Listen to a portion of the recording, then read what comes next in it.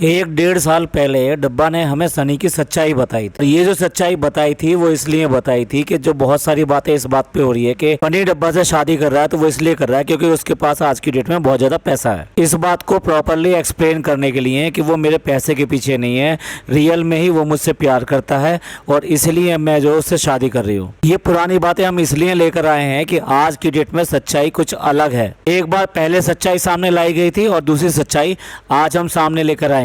पहली सच्चाई में ये बताया गया कि वो सऊदी में जॉब करता था, 5 साल से जॉब कर रहा था। उस टाइम वो जॉब कर रहा था जिस टाइम जो मैं कुछ भी नहीं करती थी या मेरे पास में कुछ भी नहीं था और मैं सिर्फ और सिर्फ 8,000 रुपये की नौकरी करती थी।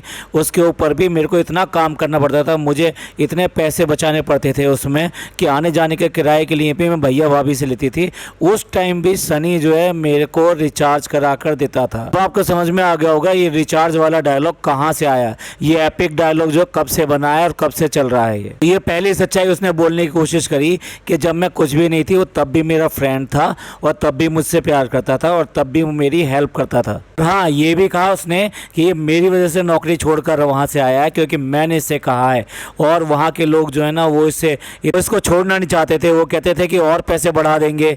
और आपने देखा ही होगा कि इसने जब सऊदी का कमरा दिखाया था उसका, तो वो कैसा कमरा था, एक कमरा था जिसमें कि प्रॉपर तरीके से सामान भी नहीं था और उसी में एक कमरे में ही एक से ज़्यादा लोग ये वहाँ पर रहा करते थे और वहीं पर ये रहकर ये सारे काम किया करता था। ये तो समझ में आ गया होगा इस बात से कि वो किस कंडीशन में वहाँ पे काम करता था, वो मतलब उसके लिए कितना बेहतर था या नहीं था।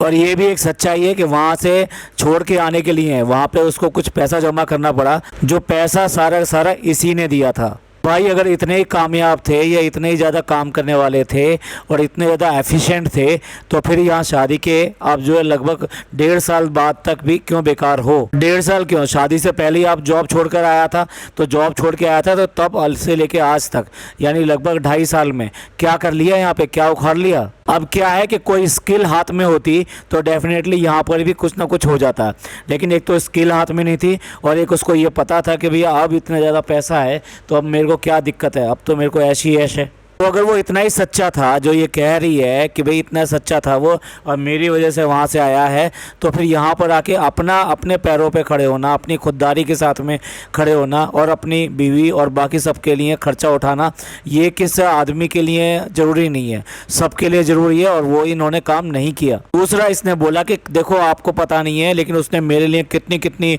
मुसीबतें उठाई हैं और किस किस से जो झगड़ा मोल लिया है और उसके बाद में भी उसने जो है मेरे को नहीं छोड़ा है। तो ये भी आपको सबको क्लियर होगा कि किस तरह से इसकी माँ बाप कोई भी इस शादी के लिए राजी नहीं थे और उसके बाद में फिर इसकी जो सिस्टर थी, लास्ट में इसकी सिस्टर ने भी एट लास्ट मना कर दिया था माँ बाप के राजी होने के बाद में भी। यहाँ पर जो ये बात कह रही है वो इस बात के लिए कह रही है कि इसने अपने परिवार के पूरी तरीके से खिलाफ जाके उनके खिलाफत करके ये शादी करना उसने मंजूर किया। चलिए उस व्लॉग के बारे में ज़्यादा बात नहीं करते, आप चाहें तो वो व्लॉग जाके देख लीजिएगा कि जो इसने तरफदारी करी। हाँ, लेकिन ये ज़रूर बात करेंगे ये जो सनी की सच्चाई लाने के सामने की ज़रूरत थी वो क्यों पड़ी। वो पड़ी इसलिए नहीं कि लोग बाग ये कह रहे थे कि भाई वो तुम्हारी कमाई की वजह से आ रहा है, इसकी वजह से आ रहा है या उसकी वजह से आ रहा है। वो इसके लिए पड़ी कि पहली बार इसने जो पैसा दिया उसको वहाँ से नौकरी छोड़ के आने के लिए, यानी वहाँ पर जो जमा करना पड़ा वो पैसा इसने यहाँ से दिया। दूसरी बार इसने लगभग 13 लाख के आसपास जो पैसा दिया वो उसको शादी करने के लिए दिया, यानी कि शादी में जो खर्चा वगैरह होगा वो सारा खर्चा उठाने के लिए इसने उसको पैसा दिया, जिसके ऊपर घर में बहुत ज़्यादा झगड़े हुए थे, लड़ाई हुई थी और उसके ऊपर भाई ने काफ़ी बड़ा ऑब्जेक्शन किया था इस बात के लिए कि इसने बिना घर से पूछे हुए इस तरह से उसको पैसा कैसे दिया। अपने भाई और अपने घर की पूरी तरीके से खिलाफत के वजह से इसने ये सच्चाई वाली बात करी थी कि भाई ये उनको जताने के लिए, उनको बताने के लिए कि मेरे लिए सनी क्या है और तो आप लोग जो ये सब जो बातें कह रहे हो ये अलग बात हैं, लेकिन वो मेरे लिए बहुत अच्छा और वो मेरे एक इशारे पे, ये भी वर्ड बोले थे उसने, मेरे एक इशारे पे, मेरे एक बात कहने पे वो सारी बातें मान जाता है बिना कुछ कहे और जरा सी भी ईगो नहीं दिखाता। भैया ये बात तो खैर साबित होती है, वो सारी बातें वो करता रहता है और उसकी ईगो पता नहीं कहाँ चली गई है, उसकी इज्जत और उसकी खुददारी, उसका जो ज़मीर है वो कहाँ चला गया। चाहे कोई उसको कुछ भी कहे लेकिन वो अपने शर्म वरम सब कुछ छोड़ के इसके पीछे लगा रहता है। वो बात दूसरी है कि इसको ताने मारने में वो कहीं से भी पीछे नहीं रहता है, जब भी मौका मिलता है तो इसको कुछ भी कह देता है, कुछ भी कह देता है, कुछ भी लफ्ज़ इस्तेमाल कर लेता है। ये तो होगी पुरानी सच्चाई की बात। अब आगे की बात करते हैं। जो इसने ये कहा था कि ये मेरा पैसे का दीवाना नहीं है और ये मेरे लिए आया है यहाँ पर, तो उसको देखते हैं। अगर आप ये देखें शुरू से ही, तो जब ये शादी नहीं हुई थी तो उससे कुछ पहले ही इसने ये फ्लैट खरीदा था अपने लिए, दूसरा फ्लैट। ये फ्लैट भी इसने इसके कहने से खरीदा था, ये इसकी मन मर्जी वाली बात नहीं थी, ये भी इसने फनी के कहने पे ही इसने खरीदा था। अब आगे बात करते हैं। और जैसे ही देखिए, शादी में सारा का सारा पैसा किसने दिया? इसी ने दिया। वहाँ से आने के लिए पैसा किसने दिया? इसने दिया। अब मैं यही बताऊंगा आपको कि कहाँ कहाँ इसका सारा का सारा पैसा चल रहा है। उसका कुछ भी नहीं चल रहा है और वो आज तक भी कुछ भी कमाने लायक हुआ नहीं है, या ये कि ये कमाने के लिए उसने बेस्ट एफर्ट जो करनी चाहिए वो करी नहीं है, क्योंकि उसकी मजबूरी नहीं है। ये उसका जो ऑप्शन है और ऑप्शन उसने वही चूज़ किया जो कि उसको अच्छा लगता है। अब आगे चलते हैं। उसने गाड़ी खरीदी वहाँ पे मौधा में भी, और यहाँ पर तो गाड़ी पहले से ही इसने खरीद ली थी। उसके बाद में मौधा में प्लॉट खरीदा और उसके बाद में मौधा का घर रेनोवेट किया, सारा एसी वगैरह ये सब चीज़ें लगवाई। वो बात दूसरी है कि नीचे का घर पूरी तरीके से अभी भी बहुत अच्छा नहीं है, लेकिन वो सारा का सारा रिनोवेट किया। या मुंबई में एक और फ्लैट ले लिया, और उसके बाद में जिस ट्रैवल एजेंसी को ये आज भी दिखा रही है, वो ट्रैवल एजेंसी इसने वहाँ पे मौधा में खोल दी। और आप काफ़ी दिन से सुन रहे होंगे रेस्टोरेंट की तो कहानी पता नहीं कब से चल रही है कि रेस्टोरेंट खोल रहे हैं, रेस्टोरेंट खोल रहे हैं, रेस्टोरेंट खोल रहे हैं। इस शादी के बाद में उम्रा करके आ गए, और अब जो है दोनों अपने जो सास ससुर थे वो हज करके भी आ गए। क्या ये जितने भी काम हो रहे हैं और जितने सरलता के साथ में, जितनी आसानी के साथ में ये सारे हो रहे हैं, क्या बिना इसके पैसे के हो सकते थे? ये जो बात इसने कही थी कि भी पैसे की वजह से नहीं आया है, लेकिन आप अगर देखें जब से शादी की जब से तय हुई तब उसके टाइम से ही उसने वो पैसे लेना शुरू कर दिया, और आज तक ये जितना मैंने ब्यौरा दिया, इतना सारा इन्वेस्टमेंट जो कि बेसिकली अब देखा जाए तो करोड़ों रुपए से ऊपर का इन्वेस्टमेंट हो गया है। ये सारा इन्वेस्टमेंट किसने करवाया? ये सारा दिमाग इसमें किसका चल रहा है? ये दिमाग सारा सारा इसी का चल रहा है, फनी का चल रहा है, और किसी का भी नहीं चल रहा है इसमें। सही मायनों में देखें तो ये एक इसका फाइनेंस कंट्रोलर या कि ये बिजनेस मैनेजर बन गया है। इसको कहाँ पैसा खर्च करना है, कितना पैसा खर्च करना है, किस जगह पैसा इसका लगवाना है, ये सारा का सारा टोटली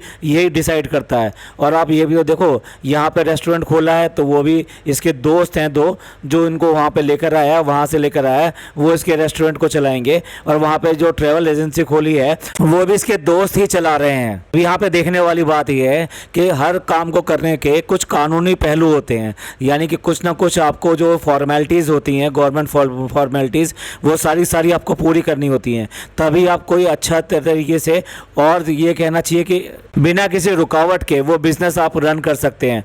जैसे आप कोई भी बिज़नेस लेते हो तो उसका जीएसटी लेना या कुछ लेना, तो इस तरह से बहुत सारी फॉर्मेलिटीज़ होती हैं हर एक तरह के बिज़नेस की। जैसे कि इसने ट्रैवल एजेंसी ली, तो उस ट्रैवल एजेंसी लेने के लिए भी जो आप बाहर लोगों को भेजते हो, आपको लाइसेंस वगैरह लेने की ज़रूरत होती है। लेकिन मुझे तो नहीं लगता कि वहाँ पर कहीं पर भी इसने लाइसेंस नंबर उस बोर्ड पर या कहीं पर भी लिखा हुआ था। टूर एंड ट्रेवल्स वालों के लिए ये कंपलसरी होता है कि लाइसेंस लें। लोग बाहर भेजने का काम करते हैं, उनके लिए तो ये बहुत जरूरी होता है। जीएसटी नंबर वगैरह लेना तो एक कॉमन सी बात है हर एक बिजनेस के लिए। साथ ही साथ जिस तरह से इसने रेस्टोरेंट खोल रहा है, तो वहाँ पे भी आपको FSSAI से सर्टिफिकेट लेना पड़ता है। उसका लोकल जो नगर निगम होता है उनसे भी सर्टिफिकेशन लेना पड़ता है आपको। हाइजीन इंस्पेक्टर से भी आपको एक सर्टिफिकेट लेना पड़ता है। ये सारी जो लाइजनिंग है, इसके अलावा भी कुछ और लाइजनिंग होती है, लेकिन ये सारी लाइजनिंग जो है ना, ये सारी लाइजनिंग आपको करनी जरूरी होती है, कंपलसरी होती है। बिना इसके ये सब नहीं कर सकते, जिसका कि ये कहीं पे भी कोई बात करता नहीं है। ना ही मुझे लगता नहीं है कि ये इन लोगों ने ऐसा सोचा हुआ है कि बस आप एक शॉप खोल लो, चल जाएगा, सब कुछ हो जाएगा। लेकिन ये आदमी जिस दिन कानूनी पचड़े में पड़ गया, तो उस दिन ये सब जो पैसा है वो धरा का धरा रह जाएगा। यहाँ पे देखने वाली बात है, ये तो है इसका बिजनेस करने का अपना एक तरीका, जो थोड़ा सा रिस्की है, क्योंकि जो भी काम किया जाता है वो लीगली जो है वाइबल बनाने के बाद में, लीगल कंप्लायंसेस को करने के बाद में ही किया जाना चाहिए। और देखा जाए तो इसका जो पैसे का जो मैनेजमेंट है ना, वो बहुत ही ज़्यादा टाइट है। टाइट का मतलब ये नहीं है कि भाई वो पैसा बहुत सोच समझ के और जगह जगह ना खर्च करके बहुत तरीके से खर्च करता है, नहीं। इसकी जो पेमेंट है वो पेमेंट जो है बिल्कुल अच्छी नहीं है, यानी कि ये लोगों को जो मेहनताना देता है, या ये कहिए कि जो उनकी पेमेंट देता है, उसमें इसको बड़ी प्रॉब्लम है। यही काम इसने जो ना जो एक बढ़ई या फिर कारपेंटर इनके यहाँ काम करके गया था उसके साथ किया। उसके 2 महीने तक पैसे रोके रखे और फिर जब उसकी डेथ हो गई तब उसके घर पे वहाँ पे पैसे देने के लिए गया। जबकि इस्लाम में कहा यह जाता है कि जो मजदूर है, मजदूर का पसीना सूखने से पहले उसकी जो है मजदूरी उसको मिल जानी चाहिए। इसी तरीके से जो इसके यहाँ पर जो ड्राइवर काम करता है, अब जब इसकी गाड़ी एक्सीडेंट हो गई तो उसको में देखिए आप, सिर्फ 8-10 दिन में वो गाड़ी आने वाली थी, लेकिन इसने 3 व्लॉग में उसको अलग अलग जगह पर टोका इस बात के लिए कि अब तुम्हारे पास क्या काम है, अब तुम्हारे पास कोई काम नहीं है। अब गाड़ी ठोकी तुमने, गलती उसकी, वो क्या कर सकता है? अभी ये तो आप देखो ना, उसको क्या करवाओगे क्या नहीं करवाओगे, लेकिन इसमें उसकी क्या गलती है? उसके बच्चों को तो आखिरकार खाना पीना और जो रहने सहने के खर्चे होते हैं वो तो चाहिए ही चाहिए, तो वो कहाँ से कमा के लेकर आएगा? तो इसकी हैबिट या ये कहिए कि इसका चलाने का जो तरीका है ये अपने आप में अगेन रिस्की है। जो अगर आप लोगों के साथ में पेमेंट्स और इन सब का बिल्कुल क्लियर हिसाब किताब नहीं रखेंगे, जैसे आप रेस्टोरेंट खोल रहे हैं तो वहाँ बहुत सारी पेमेंट्स जो है ना इनको करनी पड़ेगी, और उसके साथ साथ अपने जो एम्प्लॉयज़ वगैरह हैं उनकी भी पेमेंट टाइम से करनी पड़ेगी। तो भैया देख लो आप, ये पूरी तरीके से इसके पैसे को अपने मर्जी से जहाँ जैसा आ रहा है वहाँ वैसा लगा रहा है, जबकि इसने ये कहा था इसको मेरे पैसे से कोई मतलब नहीं है। लेकिन पिछले 1.5-2 साल के अंदर जो कर रहा है वो सिर्फ इसके पैसे को इधर से उधर ठिकाने लगाने के लिए ही कर रहा है, और इसके अलावा कुछ भी काम नहीं कर रहा है। इसकी मर्जी के बिना कोई भी पैसा इधर से उधर नहीं हो सकता। जो सब लोग जो ये कहने लगते हैं ना कि भाई ATM करो या पेटीएम करो और ये इसकी पैसा नहीं मिलेगा इसको, वास्तविकता ये है कि इसने पूरी तरीके से इसको पेटीएम ATM और चेक इन सब की ज़रूरत ही नहीं है। ये बिल्कुल उस तरीके से उसका दिमाग को घुमाता है जिस तरीके से इसको चाहिए होता है, जब जैसा चाहिए होता है। जब इसको अजमेर जाना है, जब इसको दिल्ली जाना है, 5 स्टार होटल में रहना है, जो करना है, जितनी ट्रैवलिंग करनी है, जो भी करना है वो अपनी मर्जी से अपने तरीके से वो सारी चीज़ें पूरा करता रहता है। और हाँ, जो भी इसके खाला वगैरह वगैरह जो मौदा में फैमिली है, जो गैंग है, उसके ऊपर जो भी कुछ खर्च करना है ना, वो खर्च करना आप देखो वो अलग तरीके से होता है।